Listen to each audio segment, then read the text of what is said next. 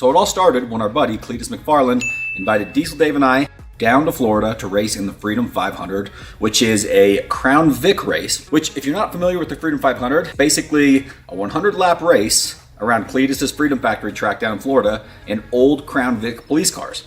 Now here's the deal. You get 20 Crown Vic police cars on a racetrack filled with some of the most talented, aggressive, and flat out stupid drivers in the industry. Well, that's a recipe for absolute chaos. I got us here on time, in one piece, and we're at the Freedom Factory ready to party. And there is some serious talent here this weekend. I'm talking just a stacked field of monster drivers. So we had no time for practice, no time to get to know the cars. I need as much seat time as I can.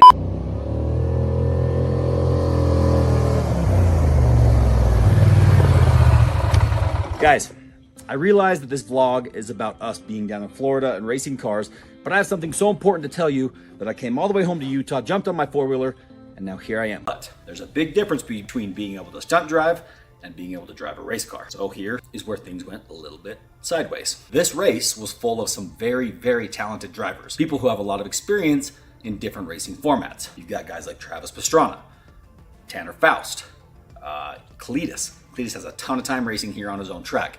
You have a lot of guys who have a lot of time racing cars on asphalt or pavement. And then you've got me and Diesel Dave, who this would be maybe our second or third time ever even touching an oval track. I've never driven it before, got thrown on the track and said, hammer down and go as fast as you can so you can get a good lap time, so you can get a good position on the start of the race. Well, Diesel Dave and I went out, did our hot laps, did just fine, and we were super slow. You see, like I said, our style of driving is a little bit more aggressive. I'm used to drifting, sliding, jumping, that kind of stuff, but this is not that kind of race. In fact, this race, you want to drive as clean and as non-drifting as you possibly can. I think he thought it was a heat race and not time qualifying. There was a lot of unknowns, and 2 laps, well, that's just not enough time to get to know what the track and what the car are going to do. But that's all we had time for. So bam, we put in our 2 hot laps. Way more fun than I thought, dude. I thought there's 20 of us out there. It's gonna be intense. I didn't realize that was part of the acceptable behavior. He's I don't know if I would consider it myself. Part of the... Were you in that mess? No, I stayed out of it. Well, he was in the race. We qualified near the back of the pack, which is probably a good thing because if we were at the front, it was just going to create a lot more chaos.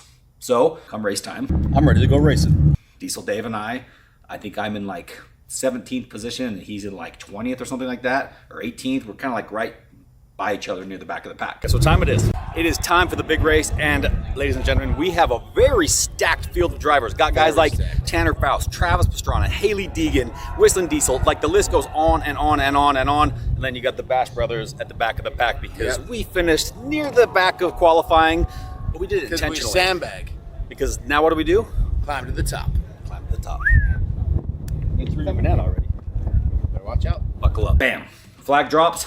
Cars start cruising around the track. Now, here's where things got interesting. As we went around the first couple of turns, Diesel Dave and I immediately started kind of working our way through the pack towards the front because obviously we wanted to be the leaders. And in one of the turns, I happened to go door to door and bonk Diesel Dave. Now, it wasn't an intentional hit, and it wasn't a hit that made him lose control. It didn't make me lose control. It didn't cause any damage to anybody. It was just a good, solid little bump. So we continue on around the track, minding our own business, and picking our way through the cars.